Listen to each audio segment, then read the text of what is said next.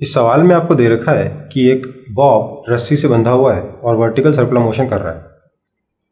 इसके रास्ते में 2 पॉइंट्स आए। एक पॉइंट पर रस्सी 30 डिग्री का एंगल बना रही है वर्टिकली डाउनवर्ड से, और दूसरे पॉइंट पर 60 डिग्री का एंगल बना रही है वर्टिकली डाउनवर्ड से। इन दोनों पॉइंट्स पे टेंशन का वैल्यू है रेस्पेक्टिवली T1 और T2। आपसे T1 और T2 को कंपेयर करने के लिए कहा गया है। ये पूछा गया है कि दोनों में से कौन सा टेंशन ज़्यादा होगा। दोनों की वैल्यू नहीं पूछी गई है, दोनों की वैल्यू में डिफरेंस नहीं पूछा गया है, दोनों की वैल्यू का रेशियो नहीं पूछा गया है। सिर्फ ये पूछा गया है कि कौन सा टेंशन ज़्यादा होगा, कौन सा टेंशन कम होगा। वैसे तो ऐसा जनरल रूल हमें पता है कि जैसे जैसे हम एंगल बढ़ाएंगे वर्टिकली डाउनवर्ड के साथ, वैसे वैसे टेंशन डिक्रीज करेगा। सबसे कम टेंशन होगा टॉप मोस्ट पॉइंट पे, सबसे ज़्यादा टेंशन होगा बॉटम मोस्ट पॉइंट पे।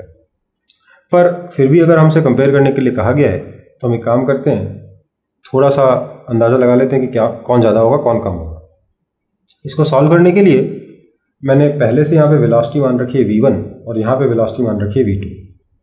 तो क्योंकि ये पॉइंट इस पॉइंट से ऊपर है, पोटेंशियल एनर्जी ज़्यादा है, इसलिए यहाँ पे काइनेटिक एनर्जी कम होगी, मतलब v2 v1 से कम होगा।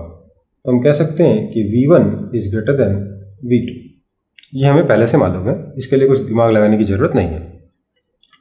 इस पे फोर्स लग रहा होगा नीचे की तरफ mg,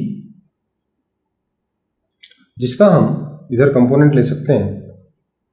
ये एंगल 30 डिग्री तो एंगल भी 30 डिग्री, तो ये कंपोनेंट हो जाएगा mg cos 30 डिग्री। दूसरा कंपोनेंट आ जाएगा mg sin 30 डिग्री, पर उसकी हमें ज़रूरत नहीं।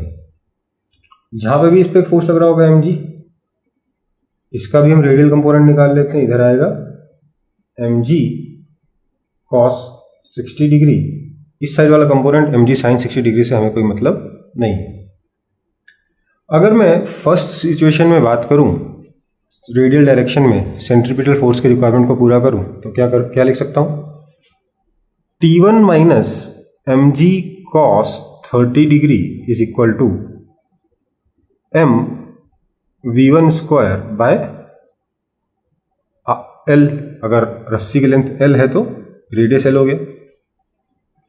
This implies T1 is equal to mg cos 30 degree plus m v1 square by l।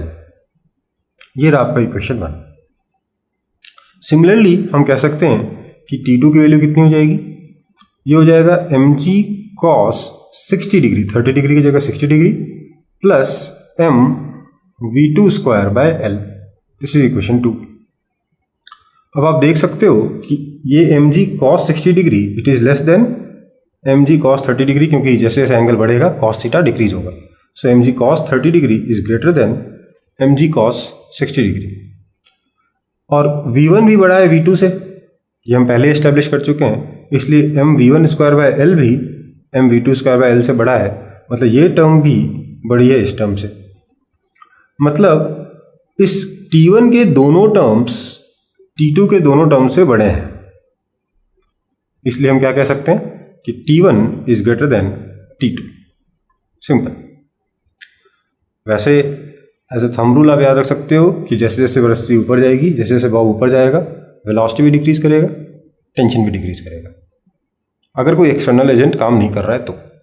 ये आपके आंसर।